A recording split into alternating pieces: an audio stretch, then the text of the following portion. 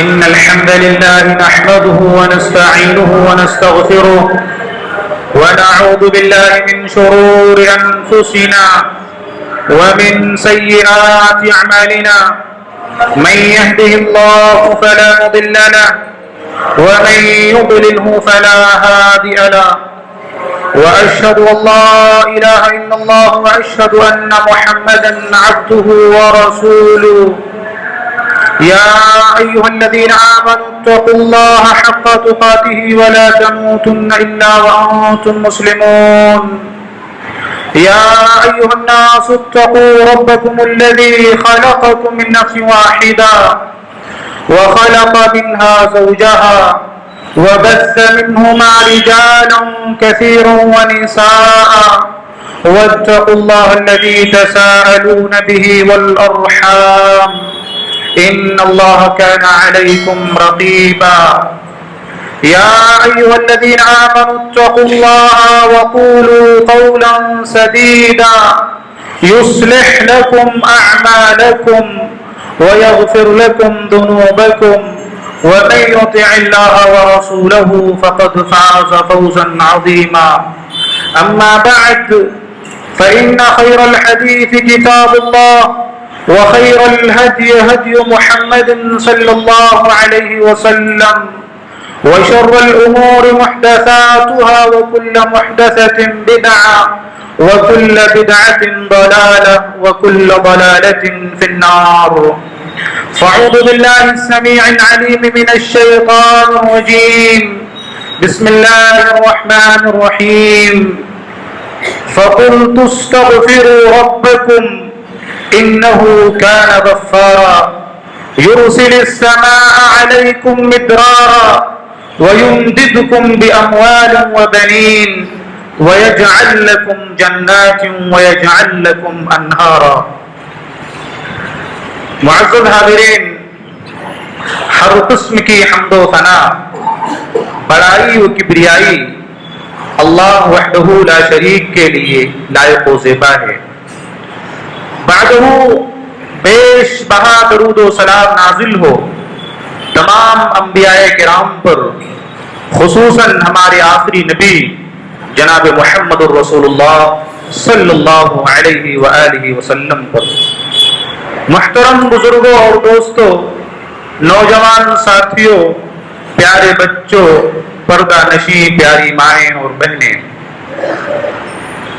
انسان چاہے امیر ہو چاہے غریب ہو، چھوٹا ہو یا بڑا ہو، مرد ہو یا عورت ہو، عربی ہو یا عجمی ہو، زندگی میں اسے پریشانیوں، مصیبتوں اور تکلیفوں کا سامنا کرنا ہی پڑتا ہے۔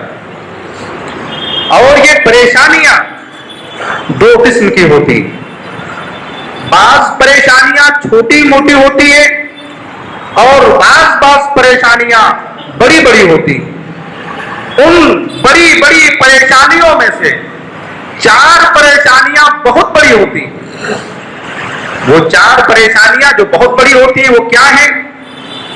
نمبر 1 قحط، خشک سالی، بارش کا نہ ہونا، سوکھا پڑ جانا۔ آج دیکھو یوپی اور بہار میں بارش نہیں ہو رہی ہے، کسان پریشان ہیں، لوگ پریشان ہیں، گرمی سے پریشان ہیں، بارش سے پریشان ہیں، کھیتوں کا مسئلہ ہے، جانوروں کا مسئلہ ہے۔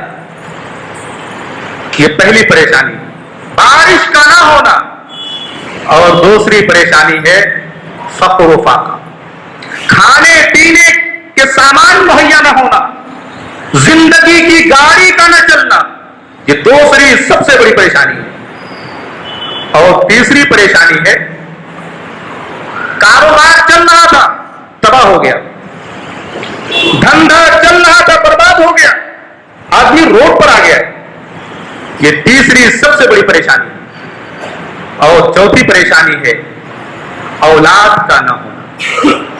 10 سال ہو گئے شادی کو، 15 سال 20 سال ہو گئے، اولاد نہیں ہو رہی ہے، پھول گھر میں نہیں کھل رہے ہیں، گود ہری نہیں ہو رہی ہے، بڑھاپے کی لاٹھی نہیں بن رہی ہے گھر کے اندر۔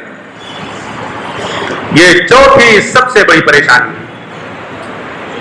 اور یہ چاروں پریشانیاں یہ ہر زمانے اور ہر دور کا سلگتا ہوا مسئلہ رہا ہے. بہت کم لوگ ان پریشانیوں کو جھیل پاتے ہیں، ورنہ بعض لوگ تو خودکشی کرنے پر آمادہ ہو جاتے ہیں. ہر سال دیکھو کتنے کسان سوکھے کی وجہ سے خودکشی کر لیتے ہیں، جو کہ ناجائز اور حرام ہے. انہیں معلوم نہیں کہ خودکشی کو اللہ تبارک و تعالیٰ نے حرام قرار دیا ہے. آتم ہتیا کرنے والا اپنی جان اپنے ہاتھوں سے ختم کرنے والا کبھی جنت میں نہیں جا سکتا ہے. انہیں معلوم نہیں.